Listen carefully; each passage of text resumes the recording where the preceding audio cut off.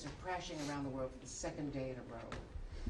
The consensus is that the president's tariffs were much higher than expected and based on economic formulas that people do not understand. What is your reaction and what is the impact on Europeans? You want them to spend more on defense, yes, which they're agreeing to finally, but how can they do that when their economies are crashing and they are now no, their economies are not crashing. The markets are reacting. No, their economies are not crashing. Their markets are reacting to a dramatic change in the global order in terms of trade. And so what happens is pretty straightforward. If you're a company and you make a bunch of your products in China, and all of a sudden shareholders or people that play the stock market realize that it's going to cost a lot more to produce in China, your stock is going to go down. But ultimately, the markets, as long as they know what the rules are going to be moving forward, and as long as that's set and you can sustain where you're going to be, the markets will adjust. Businesses around the world, including in trade and global trade, they just need to know what the rules are. Once they know what the rules are, they will adjust to those rules. So I don't think it's fair to say economies are crashing. Markets are crashing because markets are based on the stock value of companies who today are embedded in modes of production that are bad for the United States. We have to be a country that thinks we're the largest consumer market in the world, and yet the only thing we export is services. And we need to stop that. We need to get back to a time where we're a country that can make things, and to do that we have to reset the global order of trade. And the other part of my question. Well, the worst thing is to leave it the way it is forever. I mean, just can't continue. We can't continue to be a country that doesn't make things. We have to be able to make things to provide jobs for Americans. That's it. It's that simple. China is an example. I mean, it's outrageous. I mean, they don't consume anything. All they do is export and flood and distort markets in addition to all the tariffs and barriers they put in place. So the president rightly has concluded that the current status of global trade is bad for America and good for a bunch of other people, and he's going to reset it, and he's absolutely right to do it. Let me ask you about also the predictability of relationships with allies.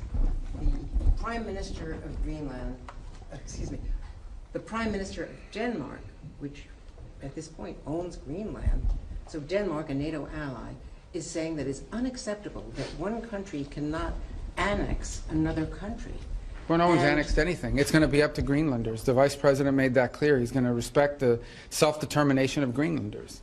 So at some point, the Greenlanders have made clear that they want to be independent of Denmark. So that's Denmark should focus on the fact that the Greenlanders don't want to be a part of Denmark. That's what they should focus on. We didn't give them that idea. They've been talking about that for a long time. Whenever they make that decision, they'll make that decision. And then what we're not going to do is let China come in now and say, offer them a bunch of money and become, dependent on China. The president said he would not rule out using military force against Denmark, a NATO ally. No, he said he would not rule out. No. He said he would not rule out. He said, I'm not going to rule out anything if Greenland is encroached upon by a foreign power like a China or Russia or anybody else. But it doesn't matter because Greenlanders are going to make a decision. They're the ones that want to get away from Denmark. They're the ones that want to be independent. Not us. We didn't come up with that idea. They did. And if they make that decision, then the United States would stand ready, potentially, to step in and say, okay, we can create a partnership with you. We're not at that stage. But that's what the Vice President made clear last week in his visit there. His statement was very abundantly clear, that we will respect the self-determination of the people of Greenland. The people of Greenland. And they're the ones that want to leave Denmark. That wasn't our idea. All right, well, second question here. Missy from Washington Post. Mr. Secretary, I'd like to ask you about the Russia-Ukraine negotiations. Can you give us tell us about the American assessment of the conditions that Russia put forward regarding the Black Sea ceasefire talks, and also the British and French foreign ministers said this morning that Putin was dragging his feet. Do you agree with that? Maybe. I mean, he might be. We don't know yet. We're going to find out fairly soon. I mean, look, here's what the president wanted to do. He wants to end this war, and he wanted to test it very early in his administration. Is it possible to end this war on terms that are acceptable, obviously, to both sides? Because you can't end a war unless both sides agree. And that's what we're in the process of finding out. We will know soon enough, in a matter of weeks, not months, whether Russia is serious about peace or not. I hope they are. It would be good for the world if that war ended. But obviously, we have to test that proposition. So we're working through that process. We had a visitor, Mr. Kirill, was here this week. Had a chance to sit down with him. He met with others. He'll take some messages back, and the message is the United States needs to know whether you're serious or not about peace. Ultimately, Putin will have to make that decision. The Russian Federation will have to make that decision. I think the Ukrainians have shown a willingness to enter, for example, into a complete ceasefire to create space for negotiation. At some point here fairly soon, not 6 months from now, the Russians and Putin will have to make a decision about whether they're serious for peace or not, and I hope they are serious. So it would be good for the world if that And war what ended. what is your assessment of the Russian conditions that were put forward? And also, Dmitriev said, following his talks with Mr. Witkoff yesterday, that the U.S. and Russia might resume direct flights as maybe a confidence-building measure. Do you support that? So that the I haven't heard condition- anything about direct Okay. flights. I What can tell about- you, but I don't know who's going to fly on it because all these people are sanctioned. But I would just tell you that the thing I would point to you is this. We're going to wait and see. The Russians know our position in terms of wanting to end the war, and we will know from their answers very soon whether they are serious about proceeding with real peace or whether this is a delay tactic. It's a delay tactic. The president's not interested in that. If this is dragging things out, President Trump's not going to fall into the trap of endless negotiations about negotiations. We will know soon enough whether or not Russia's serious about peace. If they are, that'll be great. Then we can move towards peace. If they're not, then we'll have to reevaluate where we stand and what we do moving forward about it. But we'll be in no different a position than we are today, or we were when he took office. He wanted to know early in his administration, is peace possible? We're testing to see if the Russians are interested in peace. Their actions, not their words, their actions will determine whether they're serious or not. And we intend to find that out sooner rather than later. And what about their conditions? Which conditions? They put forward additional conditions after you guys had the Black Sea ceasefire. Yeah, so again, I mean, this is part of the back and forth of these sorts of things. I've had phone calls with foreign leaders, and then I read the readout, and it's like, oh, we said, no, you never, they came, they said something to me they never said. I guess that's part of the game in this place or whatever. But look, bottom line is, to me, at the end of the day, what's going to matter here is whether we're going to move towards peace or not. If peace is real, we will know soon enough. If they're not interested in peace, we will know soon enough. And we'll make decisions on the basis. I hope they are real. There are some promising signs, there are some troubling signs. It's not going to be easy. No one ever said this would be easy. But we're going to find out sooner rather than later. And let's just say I'm hopeful. I remain hopeful. I need to be hopeful that peace is possible and that the Russians are serious about peace. We want them to be serious about peace. And hopefully they are, but we'll know sooner rather than later. Daphne Reuters. Hi, sorry, I'm back here. Your last name's Reuters? Daphne Solodon. Oh, that's pretty cool, isn't it? Go ahead. On the 5% defense spending target, have you received pushback to this idea while you've been here this week? And you mentioned yesterday up to 5% was your language. What do you mean by up to 5%? Well, I said up to a path getting up to 5% at some point. I'm not saying overnight, but to get to that point. We think that's what NATO allies need to be spending for NATO to face the threats that it itself has identified and articulated. Here's the good news. The good news is everyone generally, with a couple exceptions, are spending more on defense today than they were 3, 4, 5 years ago. That's positive. That trend needs to continue. So the trend lines are good, but they need to continue. But this is not about spending. Okay, this is not about money necessarily. This is about capability. In order for NATO to be stronger, it needs partners that are stronger. Okay, the United States commits a lot to NATO and continues to. We are as involved in NATO today as we have ever been. And we intend to continue to be. But it has to be a real alliance. And that means that our alliance partners have to increase their own capabilities. So hopefully 2 things have led to that. The first is the war in Ukraine, I think, has woken up a lot of people on the continent about real threats and real war. And the other is, I think, the pressure and the statements of President Trump that have been pretty consistent about increasing their spending. So this whole trajectory of more defense spending began, I believe, back in 2017, 2018, under President Trump's first term. We want that trend to continue. And we're hoping when the leaders meet in The Hague that there'll be further and firmer commitments in that direction. I think it's beneficial to the alliance. The stronger our partners in NATO are, the more capable our partners in NATO are, the stronger NATO is. And everybody should be in favor of that. And sorry, just to follow up, so will you try and get the official target as 5% rather than 2%, and will the U.S. commit to 5%? Sure, we're heading there now. I mean, we're going to have to spend more on national security because we have a global footprint. And that's the point that I think has been made and missed in a lot of places. Okay, the United States has Indo-Pacific alliance obligations as well that we've made. We are currently involved in opening up the Red Sea so that global shipping for everyone, including our European partners, can become possible again. We're engaged in counter-drug and counter-gang interdictions in the Western Hemisphere. There's obviously all sorts of issues going on in different parts of the world, including we're concerned about a resurgence of terrorist cells, whether it's in Africa or in the Middle East. So the U.S. has these global obligations, and we have China that's undergoing the largest, most expansive peacetime military expansion in history. So we need to confront all of these things, and we're engaged in all of those things. So we're going to have to increase defense spending in our country. I think our commitment to NATO isn't just 3% spending of GDP. It's sustained over an extraordinary period of time, and that continues. So, look, I think our partners know they need to do more. They've all indicated they want to do more. They've begun to do more, and that trend needs to continue. Mr. Secretary, you mentioned that you met with Kirill Dmitriev as well. In order to stop them from dragging their feet and dragging this on, is there anything that you said, perhaps not threats, but is there anything that you said you wanted to see concretely from the Russian side in order to peace? We want to see peace. But specifics in terms of getting to this ceasefire first and then the negotiations later? I mean, peace means you stop shooting at each other. I mean, it's as simplistic as that. Now, obviously, look, there's all kinds of conditions for a final peace, and you have to work with both sides. And I've said from the beginning, the only way a war ends in a negotiated settlement. If it's not an unconditional surrender, then it is both sides make concessions. We're not going to prejudge what those concessions are, because those concessions will depend on what Ukraine will accept and Russia will accept. But we have to make concrete steps towards peace. What we're not interested in, and I'm not accusing them of this, I'm just telling you what we're not interested in is negotiations about negotiations. That we're not going to continue this forever. So none of it was threatening. I think it was more an explanation of, this is our timeline, and at some point it'll be clear whether you want peace or you don't want peace. And that time is coming. It's pretty short. At the same time, as we now have seen, members of Congress have begun to file bills to increase sanctions. So there is going to be growing pressure from Capitol Hill to impose sanctions that we're not going to be able to stop if in fact we're not making progress towards peace. All these factors have been explained in the nicest way possible.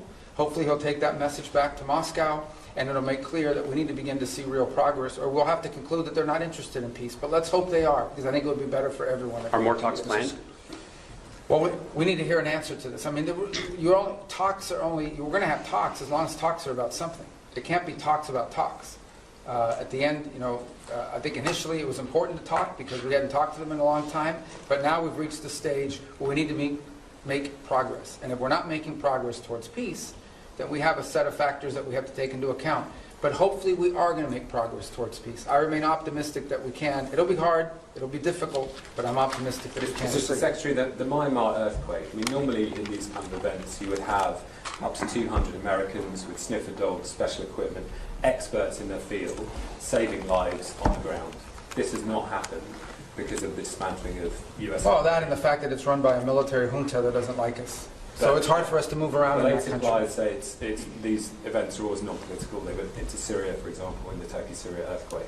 So they can accept... Well, we're not the government of the world. No, we'll provide humanitarian assistance, just like everybody else does, and we will do it the best we can. But we also have other needs we have to balance that against. We're not walking away from humanitarian assistance. But again, I go back, there's a lot of other rich countries in the world. They should all be pitching in. We're going to do our part. We already have people there. We'll have more people there. We'll help as much as we can. It's not the easiest place to work. Okay, they have a military junta that doesn't like us, doesn't necessarily allow us to operate in that country the way we wanted to. That would have impeded our response no matter what. That said, we are willing to continue to help in the humanitarian crisis. Other countries need to do so as well. China's a very rich country. India's a rich country. There are a lot of other countries in the world, and everyone should pitch in. I don't think it's fair to assume that the United States needs to continue to share the burden, 60-70% of humanitarian aid around the world.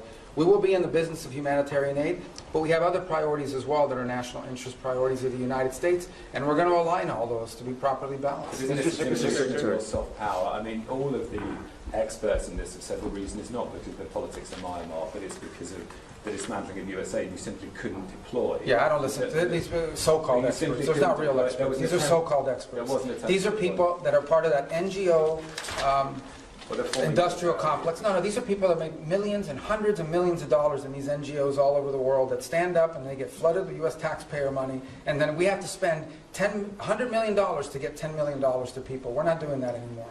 Okay? We have stopped. We are no longer going to spend $100 million to get $10 million to recipients. We're not going to fund these global NGOs all over the world that are living off of this. We're not doing it. We are prepared to help and work with governments and appropriate NGOs on the ground that are delivering assistance. We will be there and we will be helpful. There are a lot of other rich countries. They should also pitch in and help. And some of them are and some of them are not.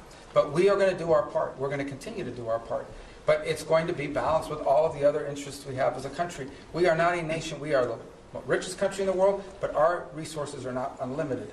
They are not unlimited. And we have a massive national debt, and we have many other priorities as well, and it's time to recalibrate all of that. So we'll be there, we'll be helpful as much as we can. We've got other things we have to take care of as well, but we care deeply about what's happened there. So we wish we had a more cooperative government. Mr. Secretary, the Middle East was part of your discussion here in NATO, especially that did you find support from members toward your policy, or airstrikes and Houthis, and your maximum pressure policy toward Iran? Yeah, I mean, on the Houthis, everybody wants to get their ships through the Red Sea. We're the only ones doing anything about it, but everyone wants to, get their ships through there. As I said, we've done the world a great favor by taking on this band of criminals who have, unfortunately, sophisticated weaponry that they can use to, they attacked, 150, 160 merchant vessels. 174 times they've attacked the United States Navy. So I think the world should be grateful to the United States for being involved in this and doing this. Everyone thanks us for it. I understand these nations have limited capabilities despite being very rich countries. Nobody else can project power there and do this. But that said, we think that mission is going to bear fruit, and it's necessary. We can't have a band of criminals controlling that. In the case of Iran, I don't know of any country in the world that's excited about Iran ever having a nuclear weapons capability. Some are more forceful about it than others. We've had talks about that. As you know, the president would like to figure out what's going to happen there. But he's also made it clear that there's not going to be a nuclear-armed Iran. That's not going to happen under his watch.